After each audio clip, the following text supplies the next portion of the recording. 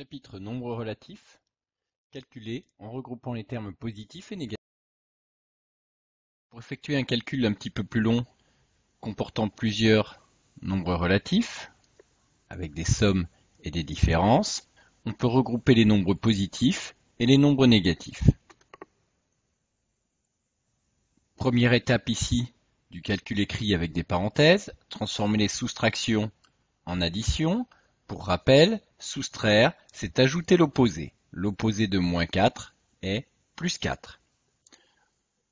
On aura donc plus 10, plus l'opposé de moins 4, plus 4, plus moins 1, plus 5, plus l'opposé de plus 9, moins 9. On a ainsi un calcul qui n'est composé que d'addition.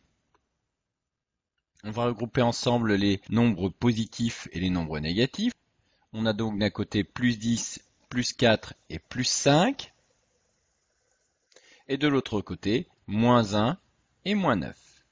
C'est-à-dire 10 plus 4, 14, plus 5, 19. Et pour le nombre négatif, on en a 1 plus 9, 10. Donc 19 plus moins 10. C'est-à-dire plus 9. Si vous avez toujours un petit peu de difficulté pour ajouter deux nombres relatifs, pensez que vous êtes au 19e étage, que vous descendez de 10 étages, vous arrivez au 9e étage. Deuxième calcul, un calcul écrit ici sans les parenthèses. On a donc ici 15, 3 et 2 pour les nombres positifs et moins 6 et moins 7 pour les nombres négatifs. Si on fait le regroupement comme on l'a déjà fait précédemment avec les parenthèses, on aura donc 15 plus 3 plus 2, et puis pour les négatifs, 6 et 7, avec donc une soustraction entre les deux, puisque 6 et 7 sont de nombres négatifs. C'est-à-dire 20 moins 13, et donc plus 7. Bien, 7.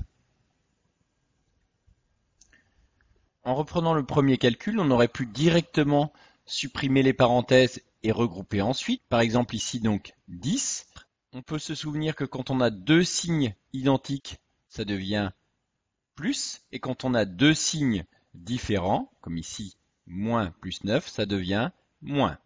On a donc moins donc plus 4, plus moins deux signes différents, moins 1, plus deux signes identiques, plus 5, moins plus deux signes différents, moins 9. On va donc regrouper 10, 4 et 5, et 1 et 9 pour les négatifs.